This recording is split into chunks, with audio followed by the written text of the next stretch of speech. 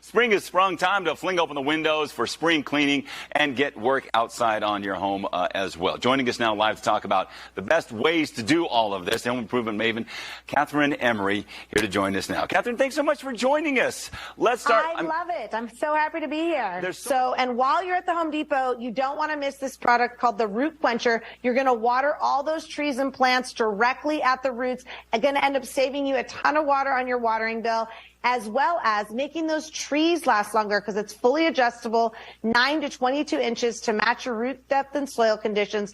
That flow control valve on the top can balance the water output. But just think about it. You're watering and you're fertilizing directly at your roots, saving money on your water bill, but also that investment of those trees, they're going to last longer. Made in the USA product. So awesome, isn't that? Well, also, I have one of these, and they're great for starting plants, too, because they help you gauge exactly how much.